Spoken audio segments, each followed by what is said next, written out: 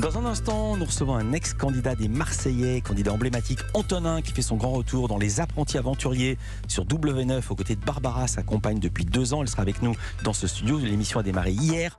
Mais d'abord, c'est l'heure des télescopages de notre aventurier à nous, Bruno Donnet. Bonjour Bruno. Bonjour Philippe. Tous les jours, Bruno, vous observez ici la fabrique médiatique et ce matin, vous vouliez revenir sur des accusations de plagiat dont a été l'objet l'une des chroniqueuses de l'émission Quotidien. Oui, avis de tempête ce matin Philippe dans les télescopages, mais attention, de tempête dans un verre d'eau. Vous pouvez tout de suite enlever votre ciré et vos bottes en caoutchouc. Je vous raconte, tous les soirs sur TMC, Ambre Chalumeau tient la rubrique culture de l'émission Quotidien. Jeudi dernier, et parce que Yann Barthès recevait Rachida Dati, dont les affrontements avec Anne Hidalgo sont devenus légendaires, la journaliste décide de traiter le sujet de la rivalité entre femmes et de montrer de quelle manière la culture, précisément, s'est intéressée à cette problématique dans l'histoire. La culture regorge de femmes rivales qui se battent pour un homme, un job ou une récompense. Et ça date pas d'hier. Une excellente idée qui visait en fait à pointer le sexisme, étant donné que lorsque les rivaux sont des hommes, le traitement est singulièrement différent. Un point de vue qu'elle illustre donc de plusieurs exemples puisés dans la mythologie. Mythologie grecque, 3 déesses puissantes se battent pour un prix de beauté donné par un homme, Paris. Mais également dans l'histoire des contes pour enfants. Contes médiévaux, Blanche-Neige, la reine est en compétition avec la princesse pour être la plus belle.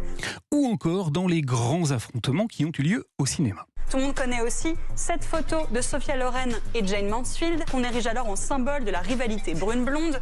Voilà donc pour ce qui s'est passé jeudi. La météo médiatique était encore à ce moment-là d'un calme absolu. Le hic, c'est que le vent, celui de la révolte, s'est levé dès le lendemain. Et la tempête, Philippe, s'est formée sur Instagram. Figurez-vous qu'une jeune autrice, elle s'appelle Racha Belmedi, a posté un message rageur pour souffler dans les bronches d'Ambre Chalumeau. Elle a expliqué qu'elle venait de publier un livre sur le sujet, que la chroniqueuse de Quotidien avait demandé à le recevoir jeudi toutes affaires cessantes via le service de presse et qu'elle avait utilisé pour nourrir sa rubrique tous les exemples qu'elle traitait dans son ouvrage sans jamais la citer. Allons bon, la tempête a alors pris de l'ampleur.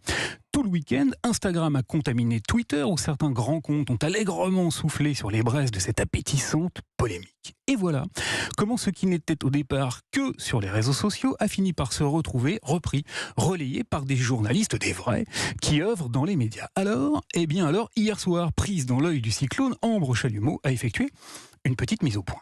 Donc oui, j'ai reçu ce livre, mais je ne l'ai pas lu, et les exemples que j'ai cités ne viennent pas de lui. Elle a expliqué qu'elle n'avait pas ouvert ce livre, elle n'a pas eu le temps de le faire, et que tous les exemples qui y figuraient, elle les connaissait déjà.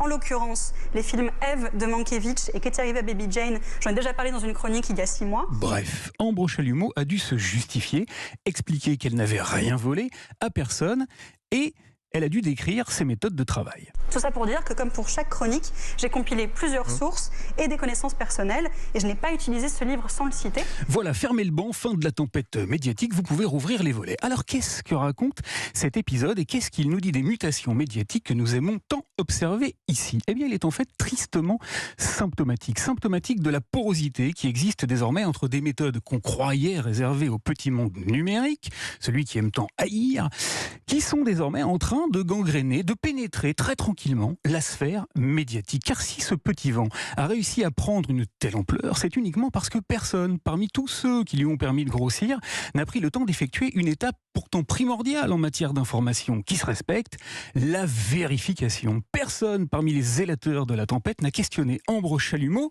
qui aurait pu tout simplement expliquer ce qu'elle a dit hier soir à l'antenne, où la démonstration, Philippe, qu'aussi affriolant qu'il en ait l'air, un petit vent numérique n'est pas forcément susceptible d'engendrer une tempête médiatique et qu'il peut, bien souvent, finir par faire pchit. Merci Bruno Donnet. À demain. À demain. 9h,